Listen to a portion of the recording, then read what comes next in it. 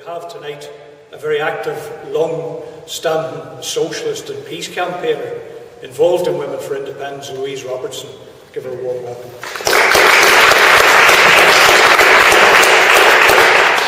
Thanks, Richard.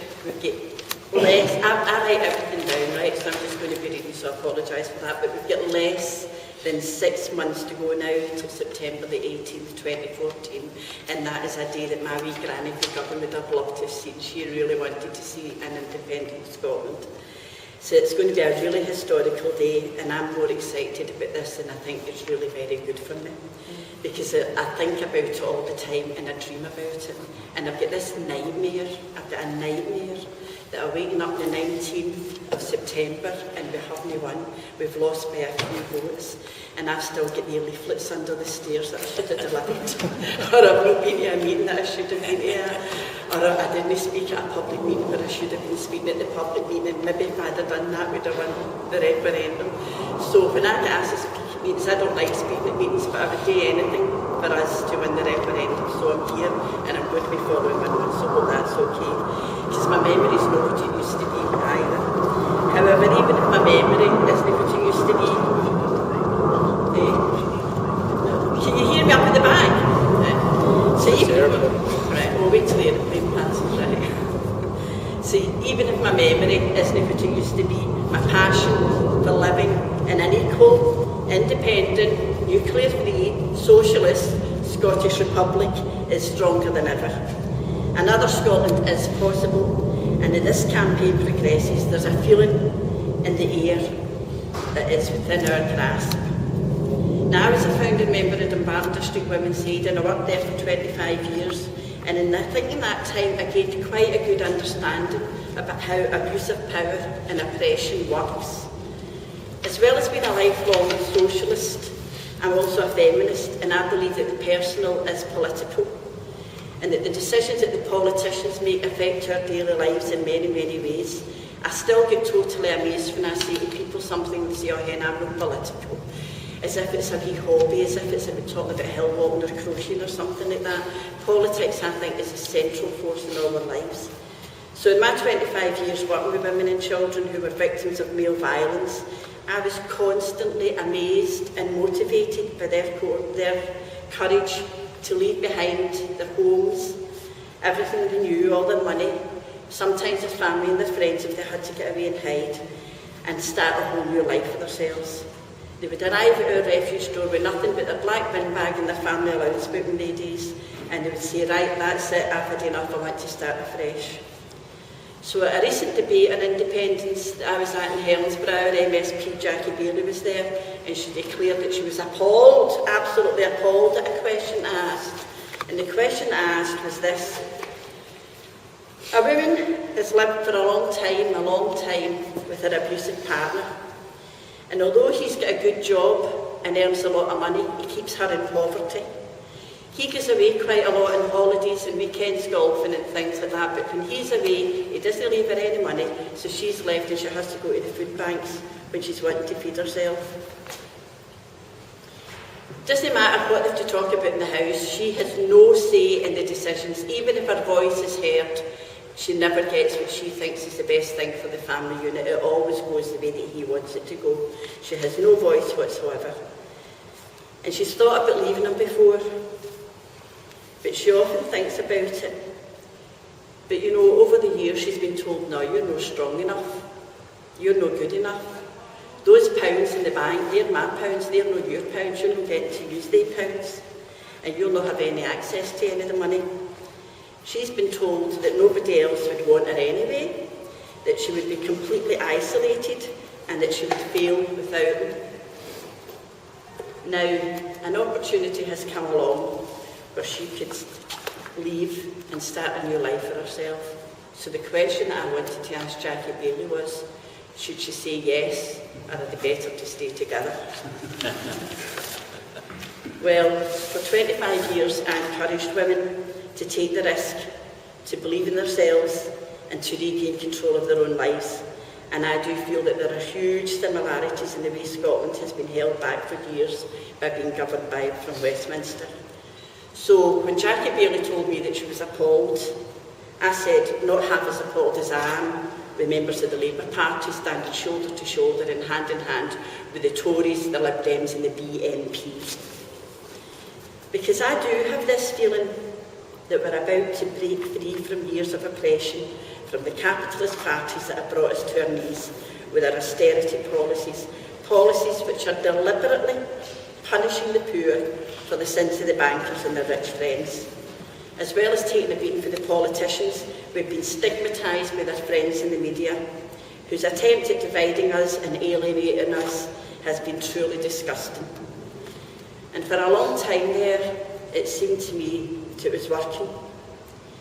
And though I'm not a nationalist, I'm an internationalist, I will be eternally grateful that we have now got this opportunity to vote in the referendum for an independent Scotland, and for that I do pay credit to Alex Salmond and the SNP.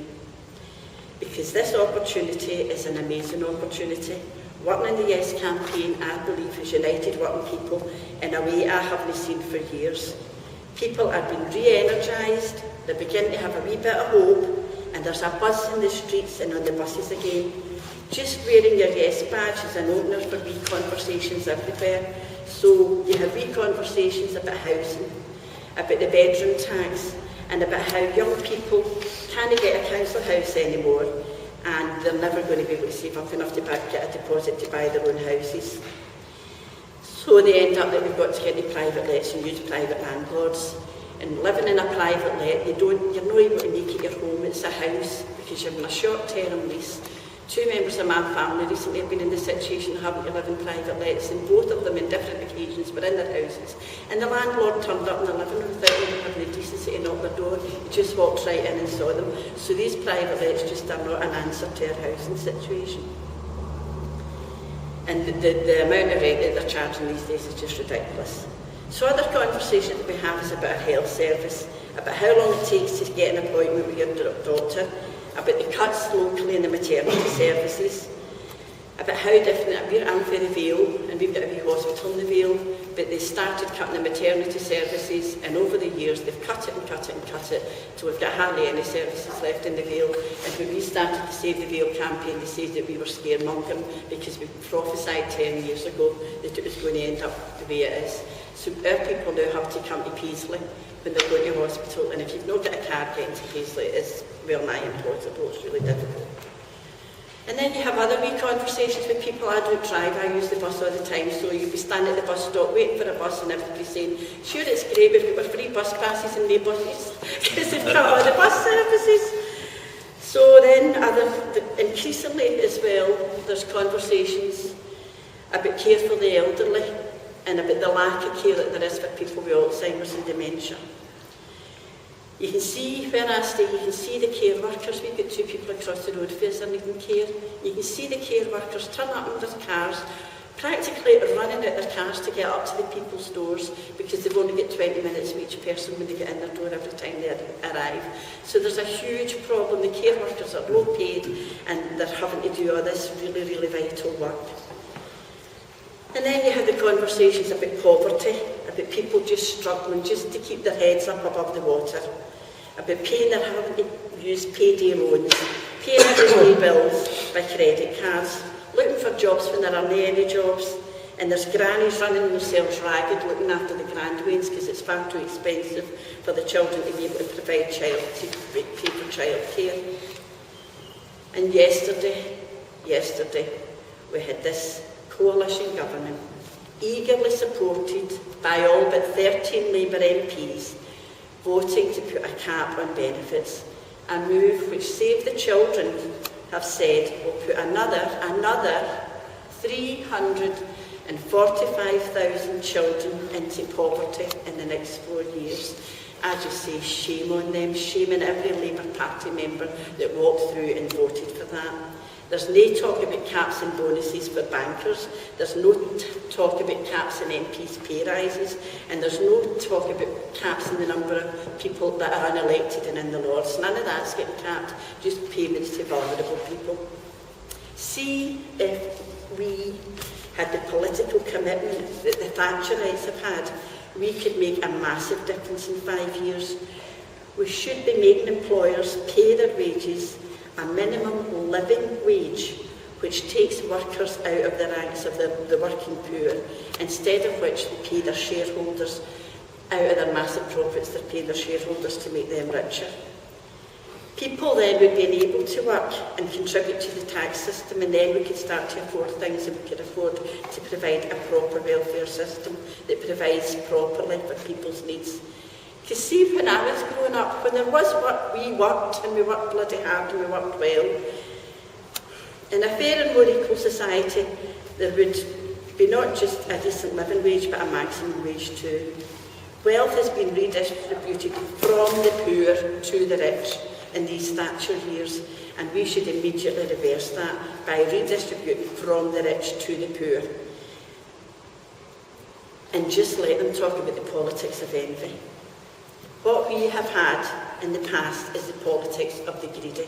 It doesn't matter how much they've got, it's never enough, and they're wanting more all the time. Everybody seems to agree that we need a massive house building exercise to be undertaken, but this should be homes that people can afford to live in and that feel safe and secure in, and for the landlords to be accountable. We need more one-bedroom flats for people that are wanting to be living on their own, and we need more sheltered accommodation.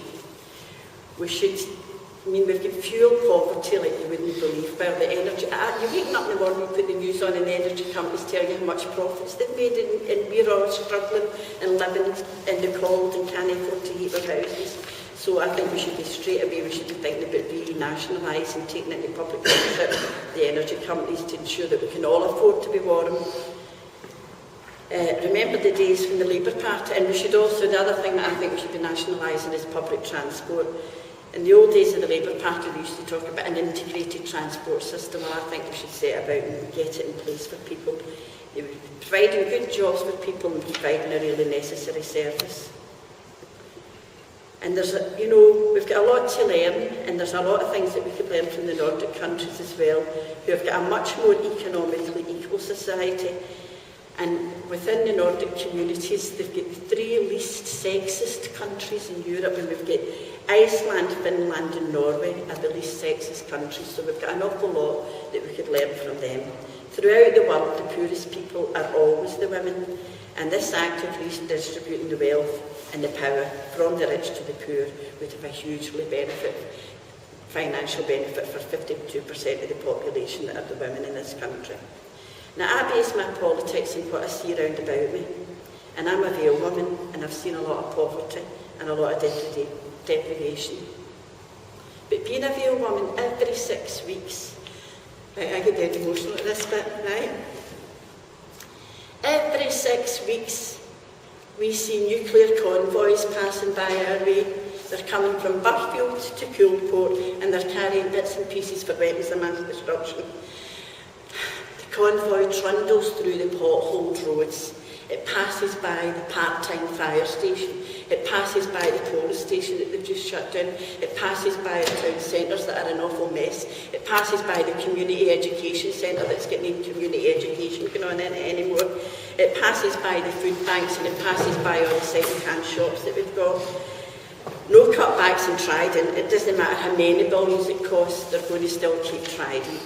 So for me, as a founder member of Aslan Peace Camp, this would be my #1 reason for wanting independence.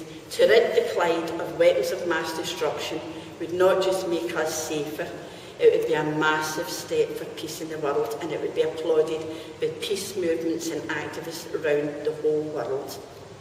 At a recent meeting in Partick, there's an SNP councillor who's campaigning for yes, and he was a commander in the Navy, and he is one of only 7 people that have ever actually pulled the trigger to test Trident.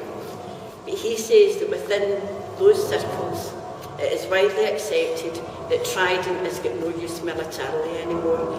The use of Trident is to get Britain sitting round the table with the big boys. So if we disarm and Britain has nowhere else to house these weapons of mass destruction, then we really will be changing the role that the British state plays in the world. And that could even be called a revolution. Now, I've always thought a revolution was necessary, But to be honest, I was never really up for all this hanging folk to lampposts and wearing balaclavas and kind of Kalashnikovs and things like that. I always wanted a non-violent revolution. And now all we have to do on the 18th of September is to put a cross beside the word yes. What a party we will have when we are successful. But then the real work will really have to start, because the Monday morning after the party, we're going to have to sit down and have this whole realignment of the whole of Scottish politics. Because in 2016, we'll have a vote that will count. A vote that will deliver for us the majority, what we voted for. That, I think, is something that would be really, really worth campaigning for and working for. Now, we in the Scottish Socialist Party are the people who have marched to ban the bomb. We've fought the poll tax, we've reclaimed the night, we've marched against illegal wars, and we have fought to save our local schools and hospitals. We've shouted victory to the miners, and we've marched for a women's right to choose. We sang Free Nelson Mandela, and we have shouted Maggie, Maggie, Maggie, out, out, out, more times than I care to remember. So some of these campaigns were more successful than others, but we must take every lesson that we have learned from all those years of campaigning and use these lessons now, because this campaign is life-changing for us all, and especially for the generations to come. We can create a better country, and we can be a shining light to others. We can give hope to others. It does not have to be like this. And as a wonderful woman, Arundhati Roy, says, another world is possible. She is on her way. On a quiet day, I can hear her breathing. So let's go out there. Let's work together, each and every one of us, and work to create an equal, independent, nuclear-free, socialist Republic of Scotland.